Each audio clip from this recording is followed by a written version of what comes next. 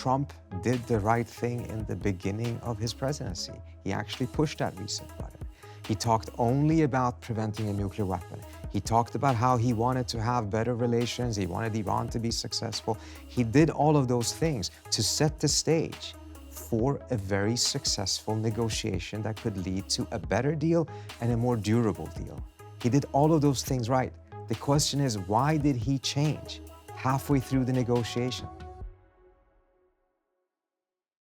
In this episode of Center Stage, we're joined by Trita Parsi, an Iranian-born author and professor. Parsi is the co-founder and executive vice president of the Quincy Institute for Responsible Statecraft. He's also a co-founder and former president of the National Iranian-American Council. Our conversation explores the history of the rocky U.S.-Iranian relationship, Iran's nuclear ambitions, and its role as a strategic player in an increasingly divided world. Trita Parsi, welcome to Center Stage. Thanks so much for having me. Let's roll back the clock. June of this year, when I think it's safe to say the Trump administration shocked much of the world by joining Israel in attacking Iran's nuclear facilities. This attack came as the U.S. and Iran were at the negotiating table. How would you categorize the current relationship status between the two countries? It's worse than it has been for more or less the last 30 or so years. Whatever modicum of trust was being built to try to make sure that some sort of a deal could be achieved, and I think actually there was a deal to be achieved, that trust has now been completely obliterated. It's not the nuclear program that was obliterated. It was the trust. It was the confidence that perhaps a deal not only could be achieved, but it could be sustained, that it could deliver. Mindful of the fact that this attack took place in the midst of negotiations, extremely deceptive, and then Trump took credit for it, essentially signaling that he had engaged in an act of deception. And just to understand the degree of deception, the Israelis had to go to Game of Thrones, to the Red Wedding episode, to try to find some sort of a name for this operation that really reflected the depth of the deception that was being conducted. You said the U.S.-Iranian relationship has been locked in a cycle of distrust. How do you unlock that cycle? Well, you start off with small steps and you build a bit more of a reliability and predictability in the relationship. That is, to a large extent, what the JCPOA was supposed to do. That's the Joint Plan of Comprehensive Action, yes, that we should just remind people, and that is the mechanism where the U.S. and a number of countries came to an agreement that would ensure it would have a peaceful nuclear program. With Iran, yes. And that was an agreement that, if it had been fulfilled by both sides over the course of a couple of years, then that's how you have that trust being created. And then you can take it to the next level. Unfortunately, the United States withdrew from the agreement only about two and a half years after it was reached.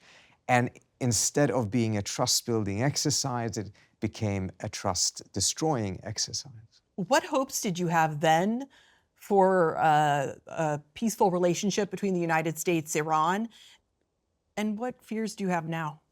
Well, back then, it really felt that a major corner had been turned, that this was the biggest thing that had happened in that relationship since the 1979 Iranian Revolution and the subsequent hostage crisis, that the two countries had finally managed to be able to overcome that trauma, that mutual trauma, and turn the page. That's part of the reason why my book about it was called Losing an Enemy. It was about actually losing an enemy and moving on. Now we're at a stage in which it looks almost inevitable that there will be more military confrontation. There's still a likelihood that it will not, because Trump, at the end of the day, is extremely unpredictable. So even when things are on a very negative trajectory, it can still turn around. But increasingly, all of the other surrounding factors point to a direction in which we're not going to be able to easily see trust building, mutual coexistence, confidence building measures. Well, you've gone so far as to say that you believe another Israel-Iran war is coming, and that the U.S. could be dragged into the war and end up sending in ground troops. President Trump has repeatedly vowed to end America's foreign wars. So why the prediction, and how likely is that to happen? Yeah, so I do believe that there is a very significant likelihood that the Israelis will attack again, and they will do everything they can to drag the U.S. into that war. I don't think ground troops is likely because the only way to do regime change is to actually have ground troops. But I don't see the Trump administration having any interest in that, as you pointed out. The reason why the Israelis do want to attack again, however, is because their operation had three objectives, of which only one was achieved. The first objective was to get the U.S. into the war. The Israelis have tried to do that for more than 20 years. Finally, they succeeded. But the two other objectives did not succeed. It was first to decapitate the regime, just as they had essentially done with Hezbollah in September 2024. And they were quite successful in taking out a large number of Iranian military officials, their families as well, and nuclear scientists. But they were quickly replaced, and the resilience of the Iranian government was beyond what the Israelis had expected. The third objective is the most important one, which is to reduce Iran to another Syria or Lebanon, a country Israel can bomb at will, with impunity, and without American involvement. The Israelis clearly cannot do that today with Iran because they need extensive American involvement to protect them from Iran's missiles. But over the course of several rounds of what they call a mowing the grass strategy, they believe that they can achieve this. But the first phase of that was not as successful as they wanted to be. But having started the process, they, from their standpoint, cannot afford to stop. Because if they give the Iranians too much time, they will rebuild their air defense systems, perhaps get better one, build more missiles, perhaps root out the Mossad presence in the country, and the window for Israel to achieve that third most crucial objective starts to close. What do you think it would take for the United States to avoid becoming further involved in any kind of a war with Israel-Iran? It's actually quite simple. Just say no. This is a superpower. Act like one.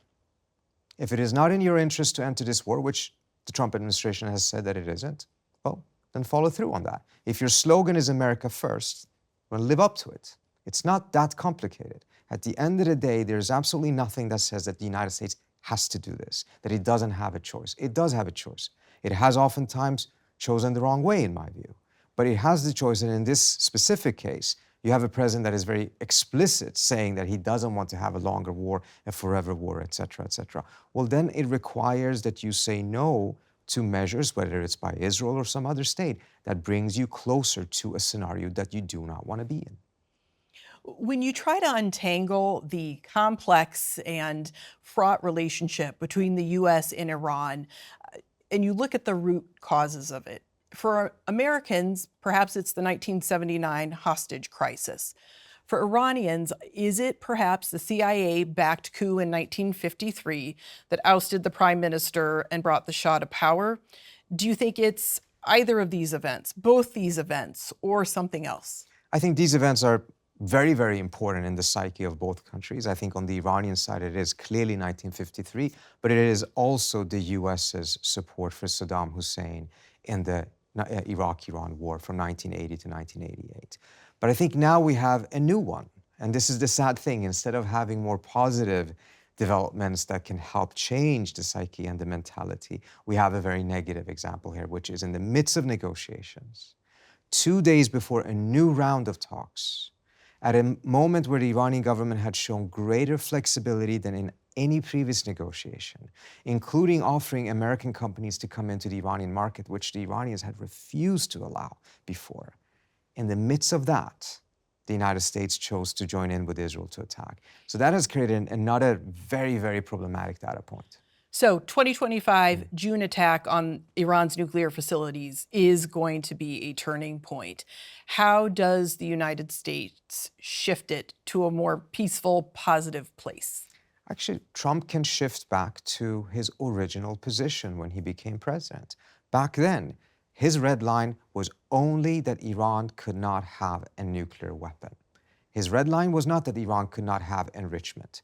It was not that he had to completely dismantle its program. These are all the red lines that the Israelis essentially told Trump that he had to adopt, and he did so halfway through the negotiations, which is why everything started to go south. But if he goes back to his original standpoint, which is part of the reason why diplomacy ended up becoming quite successful earlier on, then there is still a path to a deal. Now, there's a lot to overcome because of this further depletion of trust, but there still is a pathway available. But with Israel clearly influencing President Trump, they want an annihilation, a complete annihilation of Iran's nuclear program. There's no daylight between a nuclear program that doesn't enrich uranium and has some restrictions and a complete annihilation of the nuclear program. How do you see Trump going back to the original point of view, which is you can have a program as long as it's peaceful?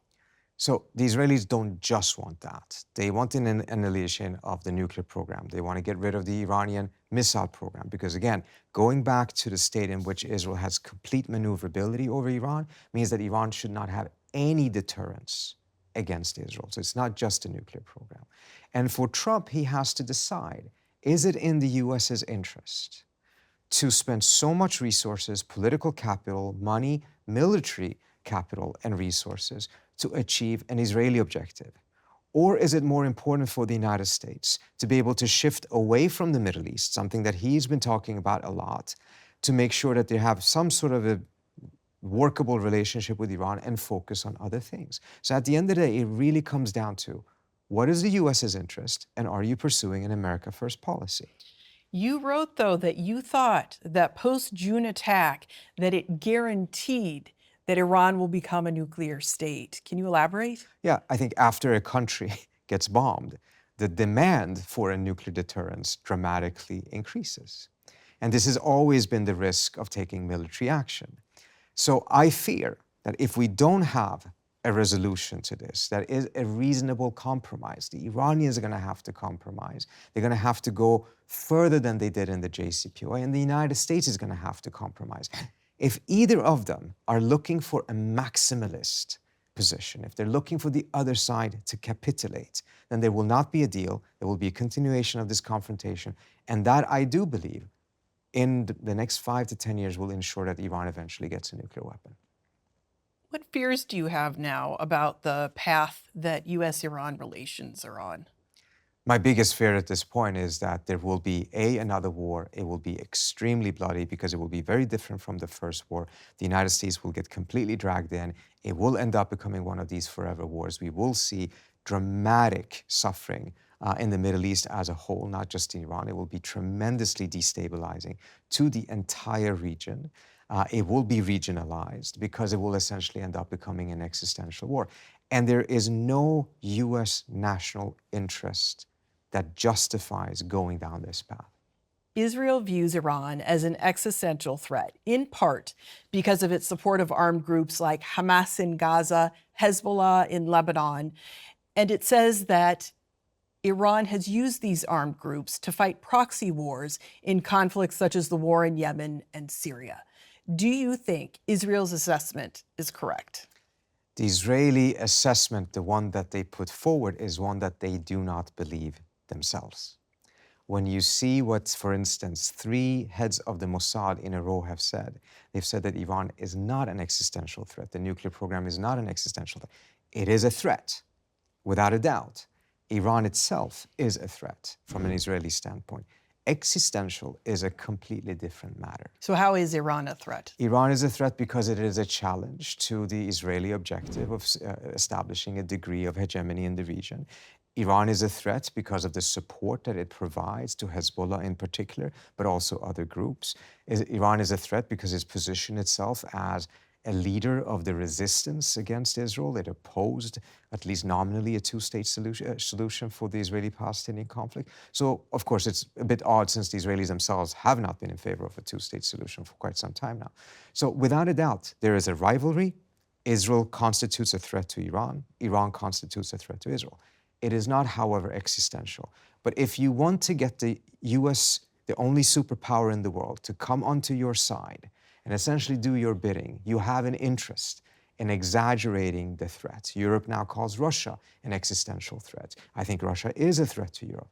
But the word existential is being thrown around a little bit too charitably right now. And it's fascinating to me that many Israeli leaders, including Ehud Barak, both as defense minister and as prime minister, rejected that because he pointed out that that diminishes Israel's own power to say that Iran is an existential threat.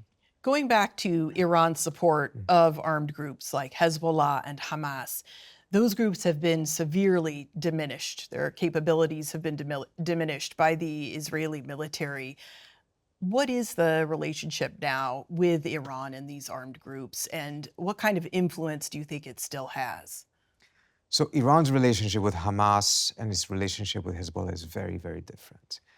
Hezbollah has very deep ties to Iran. In fact, Iran was crucial for the establishment of Hezbollah. There are family ties and long-standing Iranian, not just this current regime, relationship with the Shia population in Lebanon. Even the Shah of Iran invested heavily in the Shias in Lebanon. Hamas is very different, comes out of the Egyptian Muslim Brotherhood. Its original founder had a very negative view of Iran and of Shia Islam. This changed after he was assassinated by the Israelis. But even after that, the Iranians and the Hamas had a very rocky relationship. Hamas was on the side of the Syrian revolution. Iran was, of course, the main supporter of Assad in Syria. But nevertheless, they do have a relationship, but it's very, very different from Hezbollah and Hamas. Iran's investment in these groups has not paid off in the way that perhaps many in Tehran had hoped for.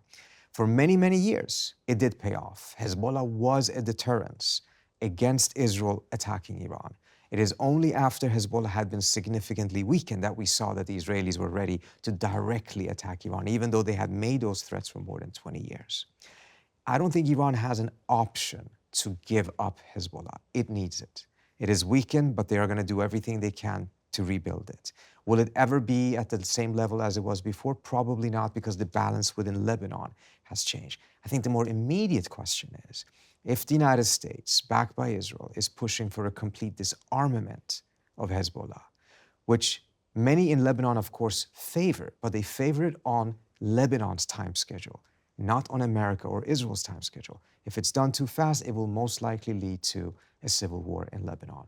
And that will just completely change the situation, including the manner in which Iran will be taking its next step vis-a-vis Hezbollah. Do you think that political forces, such as the Iranian National Guard and the American Israel Public Affairs Committee in the US, play a role in, let's go back to your term, maintaining this cycle of distrust, maintaining this Iran as a perpetual enemy of the United States? And if so, how do they benefit?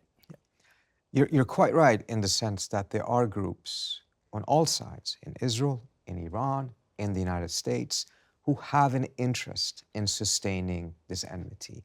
Usually an enmity of this kind is not sustained and elevated for two countries that are an ocean apart from each other unless there are forces that have a vested interest in it intensifying and continuing. In the case of some of the pro-Likud groups or pro-Israel groups in the United States, they see it as crucial to prevent the United States and Iran from burying the hatchet. Because if the US-Iran relationship improves, their fear is, and the fear in Israel is, that it will not be accompanied with a proportionate reduction in Israeli-Iranian tensions. And as a result, Israel will be abandoned, in their view, by the United States, and it will continue to face a rival, a hostile rival in Iran, but without the backing of the United States. And this is a key reason as to why they have been lobbying for more than 20, 30 years now to make sure that there is no diplomacy between the US and Iran, that the US keeps on constantly adding more sanctions to Iran, to oppose the JCPOA, oppose any nuclear deal. There is no nuclear constellation of a deal that these groups ever would support because they're against the very idea that there would be a deal. Similarly, on the Iranian side, you have groups that believe that the continuation of an enmity with Israel or with the United States is in their interest as well for their own power reasons inside of Iranian society and within the many rivalries that exist within the Iranian regime. How do you think that the rapprochement between Saudi and Iran has altered the calculus of things. So the two countries restored diplomatic relations in 2023, and experts have said that relationship is stable, holding firm. How do you think it alters the calculus between Iran and U.S. relations? I think it is a crucial shift in the region as a whole. Iran-Saudi rivalry had fueled many conflicts in the region. Not that they're the only factor or necessarily even the root of some of those conflicts, but they had fueled them, such as in Yemen, such as in Iraq, such as in Syria and Lebanon. Pacifying that rivalry is crucial in terms of also, as a result, depriving that fuel for some of these different conflicts. But I think it's gone one step further. I think after the Israeli attack on Qatar, there is a massive shift in the thinking in the GCC as a whole. For so many years, they viewed Iran as the main threat. Their investment in American weaponry, in American air defense systems, the security umbrella that the US was supposed to provide them, was all geared towards protecting them against Iran. Now I think many of them are seeing that on the one hand, Iran has been weakened, but also Iran does not have the same hostility in their perception vis-a-vis them, whereas Israel is completely unrestrained, has a prime minister who needs to continue to war in order to avoid jail sentence in Israel, and in the United States that has taken off all constraints on Israel. And as a result, the Israelis could even attack Qatar. And the American defense umbrella, the air defense system, apparently could not work against an Israeli attack. All of these things that completely change the calculation in the region. It does not mean that it will be a love fest between the GCC states and Iran, nor does it mean that they are going to completely abandon the United States, but you are going to see a multiplication of the different alignments, a diversification of how they are investing their security basket. It's not going to be all in the American security basket any longer. If you are able to talk to President Trump or the next American president, what do you say to reset the button on Iran-US relations? It's actually very interesting. Trump did the right thing in the beginning of his presidency. He actually pushed that reset button. He talked only about preventing a nuclear weapon. He talked about how he wanted to have better relations. He wanted Iran to be successful. He did all of those things to set the stage for a very successful negotiation that could lead to a better deal and a more durable deal. He did all of those things right. The question is, why did he change halfway through the negotiations and adopted a position favored by the Israelis that had ensured failure in negotiations for more than 20 years? He just needs to go back to that. The next American president or Trump himself have to ask themselves, when they keep on saying that the region is no longer a vital region for US national interest, then why did the United States, in the course of 12 days, spend 25% of its THAAD missile interceptors that are needed in many other parts of the world in a region that Biden, Trump, Obama all have said are no longer vital to US interests? US interests should be guiding them, and if it's no longer vital, why are we doing this? How do you maintain your optimism that there is a stable US-Iran relationship somewhere down the line possible? The only way to be successful is to have a degree of irrational optimism. It's just a reality. And you have to constantly be able to see the positive pathways. Otherwise, you completely disempower yourself, but you also ensure that the worst outcomes end up becoming the reality. Trita Parsi, thank you for joining Center Stage. Thank you so much for having me.